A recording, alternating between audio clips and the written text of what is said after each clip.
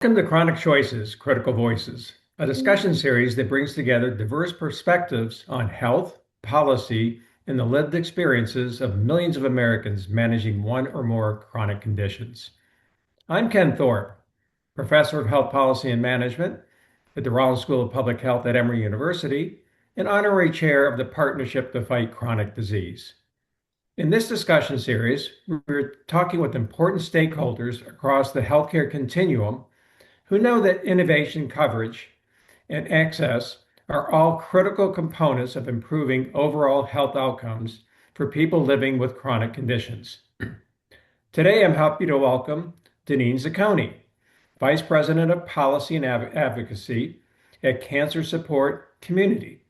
Daneen has more than a decade of experience in healthcare regulatory and policy topics, including provider reimbursement, payment and delivery system reform, and the Affordable Care Act. In addition, she has international healthcare experience related to the development of HIV/AIDS provider networks. Daneen joined Cancer Support Community after working as Associate Vice President of Advocacy at Healthsperian LLC, where she served as a staff lead for the Multi-Cancer Early Detection Consortium's Health Equity Workshop and led the policy and advocacy team for the Coalition to End Social Isolation and Loneliness. Daneen has also worked on healthcare reform policy at the American Speech Language Hearing Association and at the American Academy of Neurology, where she oversaw policy issues including Medicare and Medicaid reimbursement. Daneen started her career in health policy with the American Society for Radiation Oncology, where she analyzed payer coverage, coding, and reimbursement policies for radiation oncology services. So, Daneen, thank you for joining me today. Let's dig right in. Absolutely. Thank you for inviting me. Happy to be here. So, cancer care is advancing at an unprecedented pace with new targeted therapies, immunotherapies, and precision medicines changing outcomes for patients. What concerns you the most about how a most favored nation's pricing model could affect cancer patients' ability to access these innovative treatments when they need them the most? Yeah, great question. Cancer Support Community, or CSC, um, just to tell you a little bit about who we are a nonprofit that provides free psychosocial and emotional support services to all people impacted by cancer through our 200 network partner locations in 30 states. So, our network partners hear from patients, caregivers, and survivors about their experience as they're undergoing treatment, what their needs are, what their goals are, and really try to support them. So I think we provide those wraparound services. And so having that information, we use that to help us inform policy making, such as these. And so the concerns that we have about the most favored nation policy is that it could be disruptive to the innovation and development of newer cancer therapies that U.S. patients have received over the last few decades. And so, one example I'd like to highlight is the results that have been unveiled recently in pancreatic cancer. Until this year, that cancer was considered largely undruggable. And the clinical trial results presented, as you all may know, at this year's ASCO meeting show that innovative targeted therapy drug actually provides longer overall survival in third line metastatic pancreatic cancer. That's usually a very sick, heavily pretreated population. Then cancer patients or pancreatic cancer patients, excuse me, that usually see in the first line. So what we're saying is overall survival in third line metastatic pancreatic cancer was actually a longer overall survival than what you see in pancreatic cancer patients first line. That's groundbreaking, those patients that receive chemo. So the question I think about is, will we actually slow this kind of innovative drug development after making so much progress recently from therapies ranging from immunotherapy to cell therapy to targeted therapy drugs? Well, again, that's a great question because ironically, all of this is happening right at the time, as you talked about, where innovation in cancer diagnostics and treatments is at its peak. I mean, the promise of the future is so bright. And we're at a point now of putting into place financial roadblocks that would really discourage future innovation along the lines as you talked about, which we'll come back and talk about, is really in terms of Medicare budget savings is not really a necessary direction to go. There's certainly more effective ways of doing this that don't have the negative patient consequences and negative implications for innovation. But we'll come back to that point in a minute. Cancer support community has long championed putting patients' lived experience at the center of health policy decisions. From the patient perspective, what are the real world consequences of pricing policies unintentionally delaying the introduction, coverage, or availability of new cancer therapies in the United States? Yes. So to piggyback off of what you just said, so one point that I'd like to make clear is that the most favored nation savings do not necessarily reduce patient costs in either the short term or long terms. Savings that stay in government accounts or insurance margins do not help patients or caregivers. And so CSC, what we're primarily interested in are evidence-based policies that do four things: reduce financial toxicity for cancer patients today, preserve access to standard of care cancer treatment today, incentivize meaningful innovation for tomorrow, and ensure that patients see some of the savings in government drug spending, right? And I mentioned that with MFN, we're not seeing that. So we know at CSC that the cost of treatment and the financial toxicity that patients impacted by cancer experience is a huge barrier and concern. For example, cancer patients typically have an out-of-pocket cost of about $3,000 per month. That can cause patients to either delay or forego treatment due to that financial burden.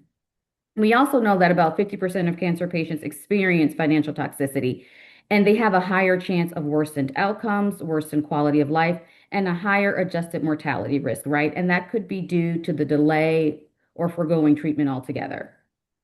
So, earlier access to cancer therapies is critically important because for many patients, time is not just valuable, it can determine treatment outcomes, quality of life, and future treatment options.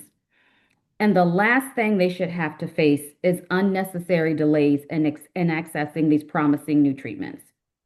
And I believe that one of the strengths of our US healthcare system is that patients are often able to access innovative cancer therapies years before they become widely available in other countries. And so for someone with advanced or aggressive cancer, those months or even years can mean the difference between having another treatment option or having none at all.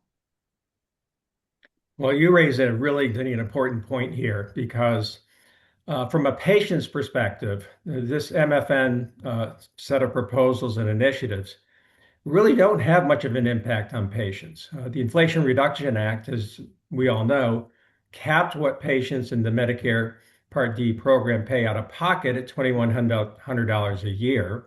They cap insulin out of pocket costs at $35 a month. So this is a discussion basically about how best to achieve Medicare budget savings.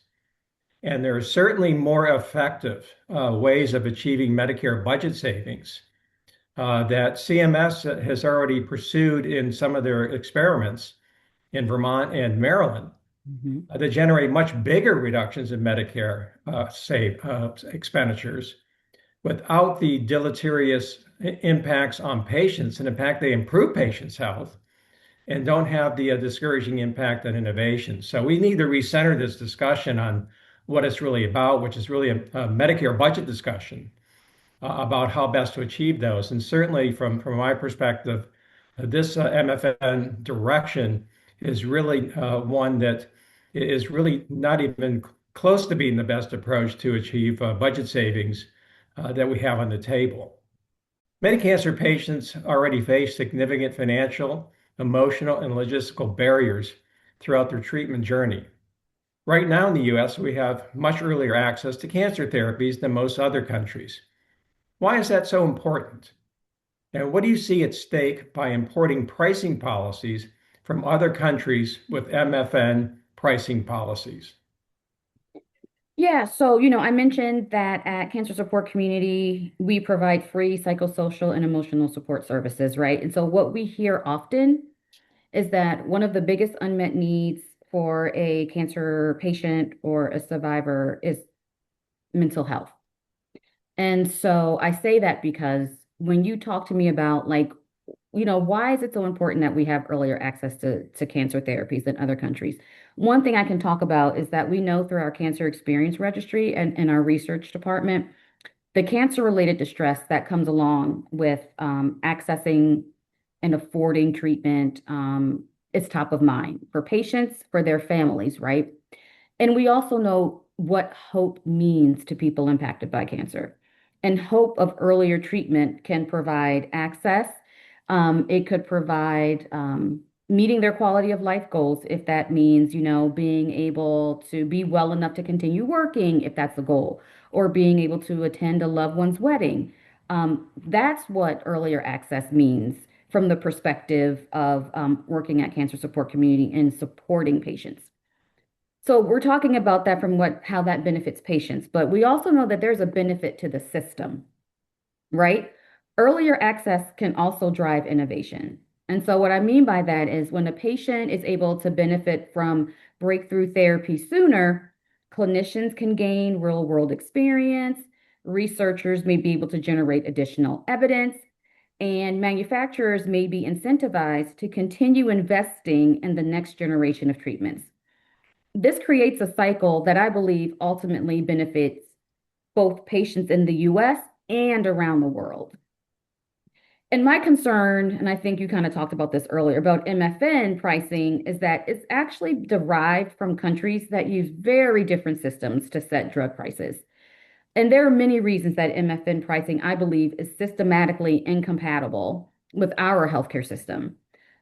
The countries that MFN would benchmark against, we know they tend to have centralized national health systems with a single payer negotiating leverage, government controlled hospital rates largely, and a unified formulary management.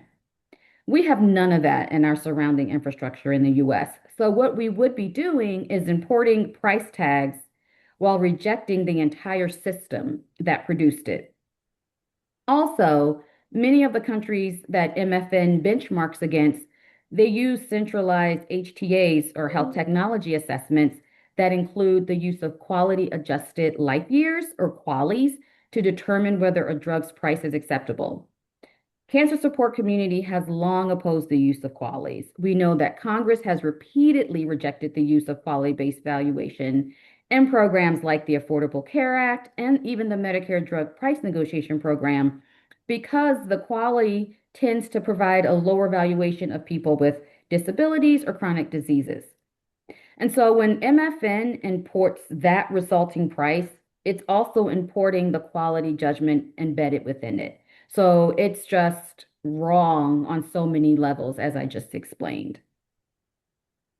No, I think that those are all good points. Again, unforced errors here in terms of policy approaches for achieving Medicare budget savings. This is probably the least effective way of doing it through MFN, given the dysfunctional impacts it has on patients and innovation. As we discussed, there are much more effective ways of doing this. Agreed. In ways that And on the actually quote, and on benefits the patients. quote, I'm sorry, not to cut you off, but to actually benefit patients. I'm sorry. I'm sorry. no, Continue. go ahead. No, I was just going to say you're right. And in like you said earlier, savings that actually generate savings to patients, define it in a way that matters to patients is all I was going to say. No, exactly. And the irony is that we have models in the United States already that are generating net reductions in Medicare spending of about 10%, dwarfing the Medicare budget savings from MFN, yet they achieve better patient outcomes and don't have the deleterious impacts on discouraging innovation. And on the quality side, you're exactly right.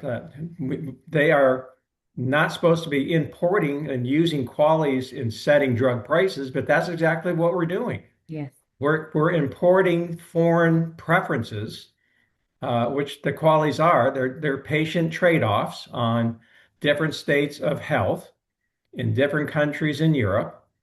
that vary within Europe, and they certainly differ between Europe and the United States. So we are importing and using qualities explicitly in setting prices under this MFN rubric. So there are many issues and problems associated with it, not the least of which the importation of foreign preferences into the United States, despite the fact that the Congress and other policymakers have really explicitly uh, said that we should not be using qualities in setting these prices.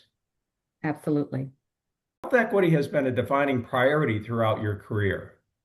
Are there particular patient populations, such as those living in rural communities, people with lower incomes, racial and ethnic minority communities, or patients with rare cancers that you believe could be disproportionately affected if policies reduce incentives to develop or launch new oncology innovations in the US? So, yes to all of that. I believe the populations that you mentioned tend to be harder to reach populations. And we already know that, unfortunately, we have a system that tends to exacerbate existing inequities in those populations that are harder to reach. And so my concern is if already in the best of circumstances, those with more means, those with more generous or robust coverage, those with the financial resources to be able to get access to those innovations in oncology, do that. If we create a system whereby um, institutions may have to make trade-offs. Payers may have to make trade-offs in what they want to cover. That could create a system where those individuals that have historically or systemically had a hard time getting access to medications or to treatments or to innovations, that will continue. And so what that does is that continues that disparity and outcomes, that continues that disparity and some of those social determinants of health that we see that are so important with respect to, making decisions about um, do I pay my bills for food or do I get access to treatment? And so, for this reason, I continue to say we have to have a system that at the outset tries to make access as equitable as we can to all Americans, all individuals, because we already know that in the best of circumstances, if products launch, if it's not set up in the right way, it can continue some of those existing disparities and those who may be able to receive it sooner and those who may not be able to receive it at all. So all of those patient populations that you mentioned, like I said, I see them as harder to reach, and we're already seeing those communities struggle. And we don't want to continue to see some of those worsened outcomes in those communities. And so I do believe that, MFN again would not go to kind of helping to create a system that is more equitable and supports all people being able to benefit. And I would say, always talk about bringing in the patient voice. Would love for the administration and CMS and others that are thinking about this to talk to diverse patient voices and understand when we talk about value and what matters to us and why innovation is important, they bring them to the table so that they can hear, if you want to address patient needs, are we doing it in a way that's meaningful to them? No, those are all good points, and I think part of the frustration here is that the science is in front of us. We have it. The next 10, 20 years in terms of scientific innovation on the cancer front, in having a full front war on cancer that has been one of our major health policy initiatives, Mhm. is really being undermined and somewhat kneecapped almost by this MFN approach to discourage future innovation in a way that really is running counter to where science really is going to lead us and wants to lead us. So Mhm. that's again an unintended consequence, perhaps, but an unfortunate one. Absolutely. I couldn't So agree more. finally, as policymakers continue debating ways to improve prescription drug affordability, what principles should guide those conversations to assure patients aren't forced to choose between lower prices today and the breakthrough cancer treatments that could save lives tomorrow? So kind of building off of what I just, talked about with patients. My ask is simple to policymakers. Keep cancer patients, caregivers, and survivors at the center of all of your policy decisions. That means talk to them. Ask them how they define value when talking about access and affordability. What does value mean to them? That means really listening to what matters to them and developing policies that address those gaps or those opportunities. That also means how are their preferences, perspectives, and quality of life goals informing current conversations and discussions in a meaningful way. We know that cancer affects not only individual health, but also workforce productivity, family stability, and long-term economic growth. So we're really talking about people. Investments in prevention, research, and access to care, we know can reduce those downstream costs, can strengthen our workforce, and improve quality of life for millions of Americans. And I always say, cancer is a nonpartisan issue. So I just urge lawmakers to please work together to support policies that accelerate and preserve medical innovation, improve access to evidence-based care, and reduce barriers that prevent patients from receiving timely treatment. When patients are diagnosed earlier, treated effectively, and able to return to their communities and to work, I believe that everyone benefits. No, those are all outstanding points. And I would hope through our conversations and discussions we've had with the partnership and the wonderful support community here that we have on the patient advocacy side, that we can get Congress to take a step back here. And rather than focusing on silo-based, narrow approaches to try to generate Medicare budget savings, to really have a much more comprehensive look at healthcare reform, Mm. to really look at the total costs of care, to find ways to bring down costs across the board, across the hospital sector, Yeah, the home health sector, the physician sector, to make the system more efficient, to do it at the same time that we're improving patient outcomes and not discouraging innovation. And the uh, frustrating thing to me is that those solutions are there. mhm, We just need to get the Congress to actually focus on these more comprehensive solutions that, yes, will generate Medicare budget savings that are much bigger than MFN, but mhm. actually have the really important impact positively on improving population health and certainly not discouraging innovation and access to really critical medications for really seriously ill patients. So hopefully Congress can take that step back and refocus their attention on reforms that are actually more comprehensive, more meaningful, Right, and more important than these more silo-based approaches that are focusing simply on prices in a way that don't benefit patients, actually have a right. negative impact on patients, and we can do better. So, Daneen, I don't know if you had any closing thoughts.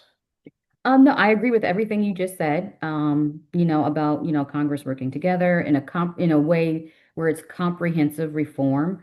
I believe that there is an appetite for that.